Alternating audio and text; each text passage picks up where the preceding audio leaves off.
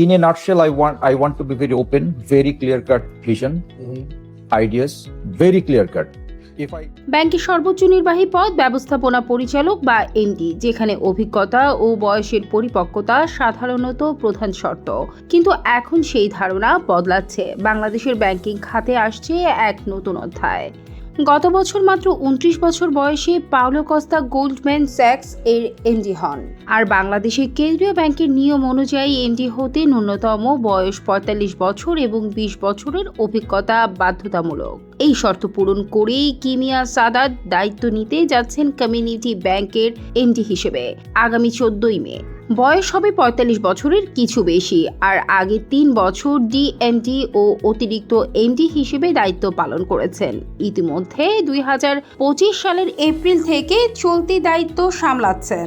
কিন্তু প্রশ্ন হচ্ছে, কম বয়সে এমডি হওয়া কি ঝুঁকিপূর্ণ, নাকি এটা নতুন সম্ভাবনার দরজা খুলে দিচ্ছে? 23 বছরের ব্যাংকিং অভিজ্ঞতায় তিনি কাজ করেছেন HSBC Bangladesh, the City Bank ও ইস্টার্ন ব্যাংকের মতো প্রতিষ্ঠানে। ঢাকা বিশ্ববিদ্যালয় থেকে ফিন্যান্সে বিবিএ ও এমবিএ সম্পন্ন করে তিনি সার্টিফাইড ফিনান্সিয়াল কনসালটেন্ট সনদ অর্জন করেন।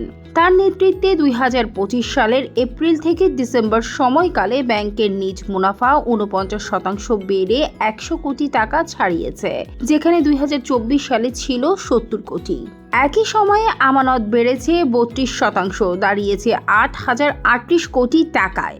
ঋণ বেড়ে হয়েছে 5,611 কোটি টাকা। খেলাপি ঋণ কমে 3.08% থেকে 1.60% নেমেছে।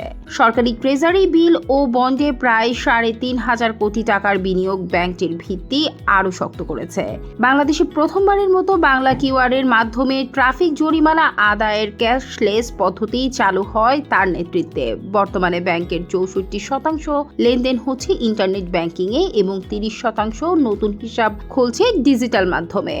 SME 30 স্টার্টআপ নেস্ট, প্রবাস সঞ্চয়, ডিজিটাল ন্যানো লোন সব মিলিয়ে প্রযুক্তি নির্ভর ব্যাংকিংয়ে এগিয়ে যাচ্ছে প্রতিষ্ঠানটি।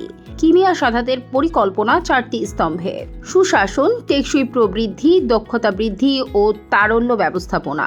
আগামী 3 বছরে 10টি নতুন শাখা, 15টি উপশাখা এবং 50টি এজেন্ট ব্যাংকিং আউটলেট চালুর পরিকল্পনা রয়েছে। জানা যায় 2027 সালের মধ্যে সিকিউরিটি অপারেশন সেন্টার এবং 2026 সালের মধ্যে ডিজাস্টার রিকভারি সাইট স্থাপন করা হবে। 2028 সালের মধ্যে আমানত 11,500 কোটি এবং ঋণ 8,800 কোটি টাকায় উন্নীত করার লক্ষ্য নির্ধারণ করা হয়েছে।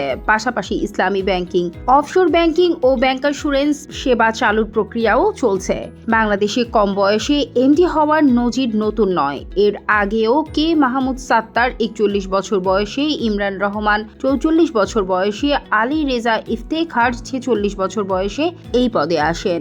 পরে সৈয়দ মাহবুবুর রহমান, সোহেল আর কে হোসেন, আরফান আলী, রাহেল আহমেদ ও মাসরুর আরিফিনের মতো অনেকেই এই ধারা বজায় রাখেন। তাহলে প্রশ্ন রয়ে যায়, অভিজ্ঞতা ও বয়স গুরুত্বপূর্ণ নাকি উদ্ভাবন ও গতিশীলতা?